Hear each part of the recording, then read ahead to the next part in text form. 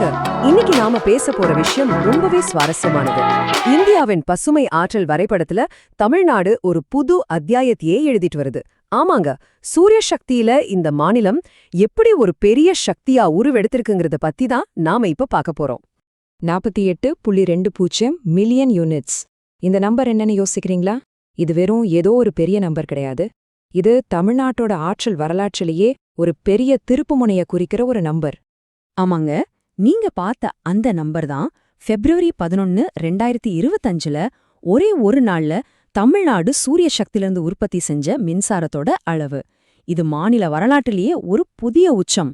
சரி, இந்த சாதனை எப்படி சாத்தியமாச்சுன்னு கொஞ்சம் விரிவா பார்க்கலாம் வாங்க. முதல்ல இந்த சாதனை நாளோட முக்கியத்துவத்தை நம்ம புரிஞ்சுக்கணும். இது ஏதோ ஒரு நாள்ல கிடைச்ச வெற்றி மட்டும் கிடையாது.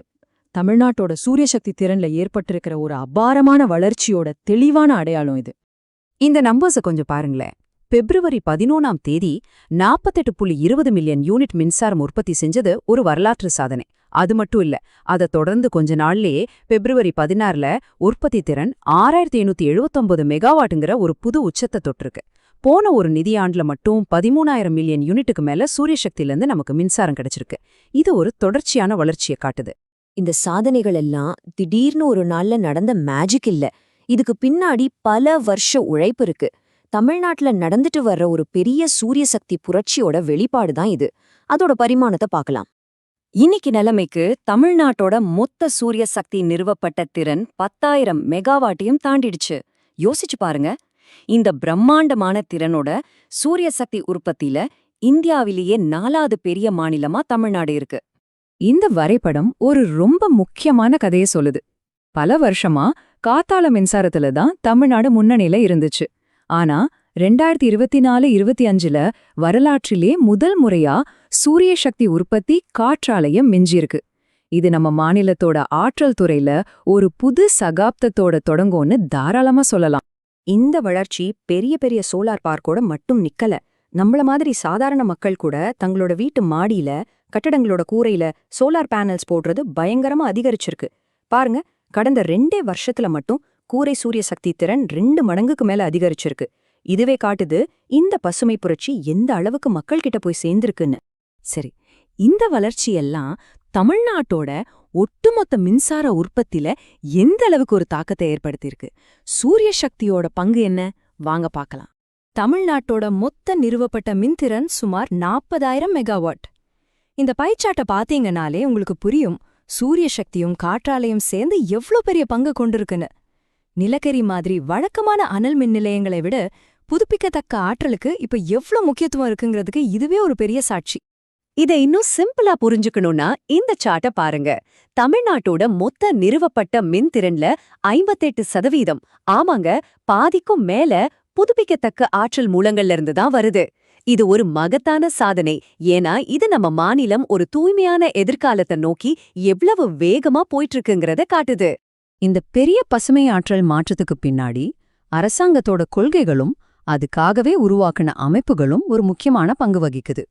இந்த மாற்றத்தை வழிநடத்துதான் சமீபத்துல தமிழ்நாடு பசுமை எரிசக்தி கழகம்னு ஒன்னு உருவாக்கப்பட்டிருக்கு. அவங்களோட நோக்கம் ரொம்பவே தெளிவானது. 2030க்குள்ள நம்ம மாநிலத்தோட மொத்த மின் நுகர்வுல 50%, அதாவது சரி பாதி, பசுமை ஆற்றலா இருக்கணுங்கிற ஒரு லட்சிய இலக்கா சொல்லணும்னா, மின் விநியோக நிறுவனங்கள் அவங்க வாங்குற மொத்த கரண்ட்ல ஒரு குறிப்பிட்ட சதவீதத்தை கண்டிப்பா புதுப்பிக்கத்தக்க ஆற்றல் மூலங்கள்ல இருந்து தான் வாங்கணும்னு அரசாங்கம் ஒரு ரூல் போட்டிருக்கு. 2025-26 ஆண்டுக்கான இலக்குகளை பாருங்க. மத்திய அரசோட கணக்குப்படி மொத்தமா 33% மின்சாரம் புதுப்பிக்கத்தக்க மூலங்கள்ல இருந்து வாங்கப்படணும். இதுல பாத்தீங்கன்னா, காத்து, தண்ணியை விட சூரிய சக்தி மாதிரி மற்ற புதுப்பிக்கத்தக்க ஆற்றல் வகைகளுக்கு தான் அதிக முக்கியத்துவம் கொடுத்திருக்காங்க. இந்த இலக்கையடைய தமிழ்நாடு அரசு ரொம்ப தீவிரமா செயல்பட்டுட்டு வருது. சூரிய சக்தியில நாம இவ்ளோ தூரம் முன்னேறி இருந்தாலும் இதுல ஒரு முக்கியமான சவால் இருக்கு. அதை தீர்க்க தமிழ்நாடு என்ன செய்ய போகுது? இதுதான் அந்த $1 மில்லியன் கேள்வி. சூரிய சக்தி பகல்ல மட்டும்தான் கிடைக்கும், சரி.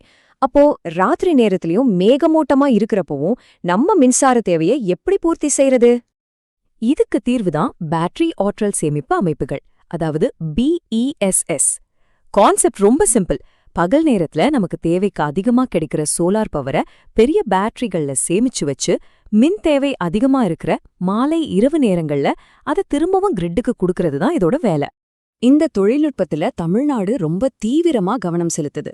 எதிர்காலத்துல 4000 மெகாவாட் மணிநேர பேட்டரி சேமிப்பு திறனை நிறுவ மாநிலம் திட்டமிட்டிருக்கு. இது மட்டும் நடந்துட்டா பகல்ல மட்டும் கிடைக்கிற சூரிய சக்திய 24 மணி நேரமும் நம்பகமான ஒரு ஆற்றல் மூலமா மாத்திடலாம். இது ஒரு புரட்சிகரமான படி. தமிழ்நாடு இன்னைக்கு எடுத்து வைக்கிற இந்த அடிகள், இந்த சாதனைகள், இந்த எதிர்கால திட்டங்கள் எல்லாம் மத்த மாநிலங்களுக்கும் ஏன் ஒட்டுமொத்த இந்தியாவுக்குமே ஒரு வழிகாட்டியா அமைய வாய்ப்பு இருக்கா? சூரிய சக்தியில ஒரு மாநிலம் காட்டுற இந்த வழி நம்ம நாட்டோட ஆற்றல் எதிர்காலத்தையே தீர்மானிக்கலாம். இத